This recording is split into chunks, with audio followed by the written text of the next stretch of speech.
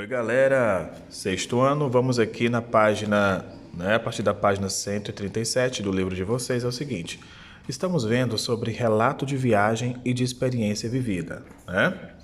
Galera, é o seguinte, vamos ver o que é isso para que a gente possa fazer a nossa produção hoje, né? Vamos relembrar o que é relato de viagem, tá? Que é o nosso gênero textual que estamos estudando. Gente, relato de viagem, né? Olha só.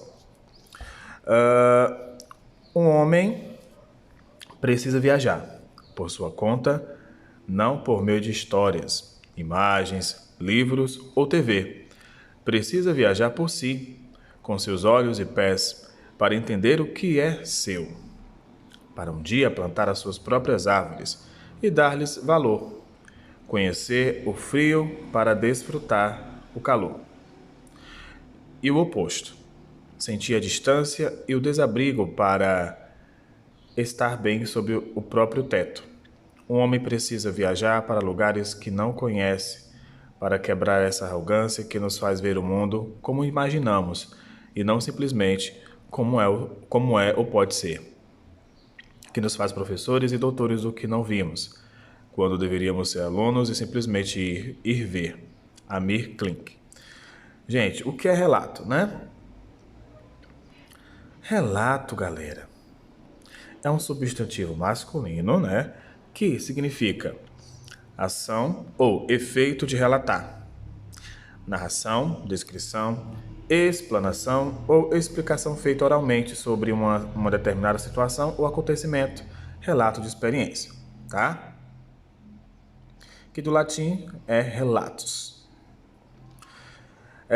Gênero textual relato, gente, um relato é uma narração de experiências vividas, tá?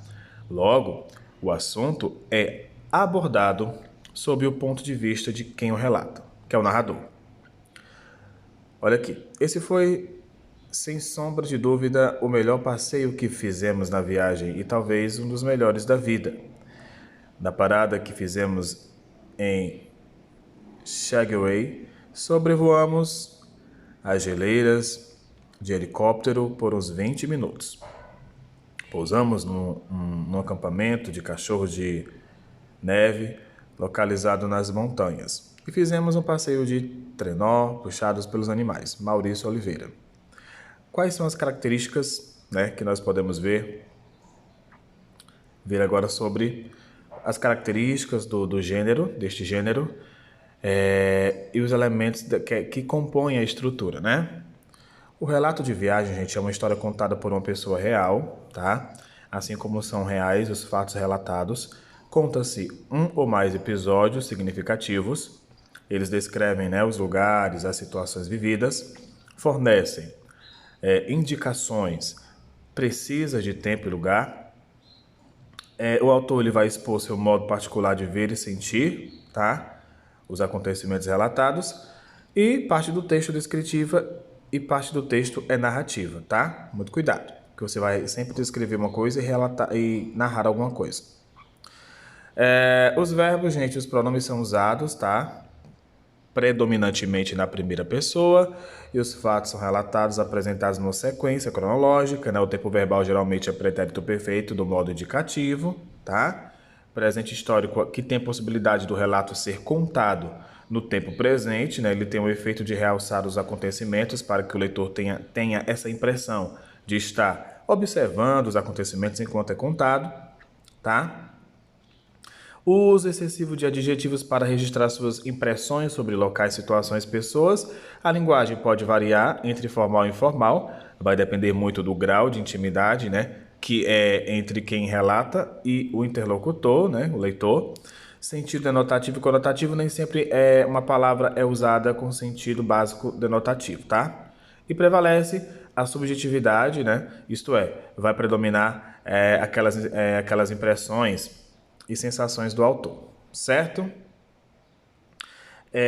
Há relatos de viagens que não são só estudados pela literatura, Não são só estudados pela literatura, como também tem valor de documento, tá? Porque narram a realidade factual, certo?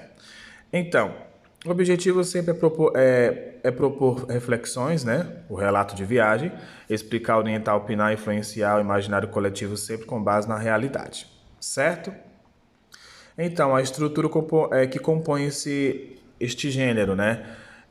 Gente, o enredo, né? Que é a ação relato que é composta, que é a ação do relato, né? Que é composta por uma sequência de fatos vivenciados em um determinado tempo e espaço, fazem parte do enredo, né? A situação inicial, o desenvolvimento, o clímax e o desfecho, tá?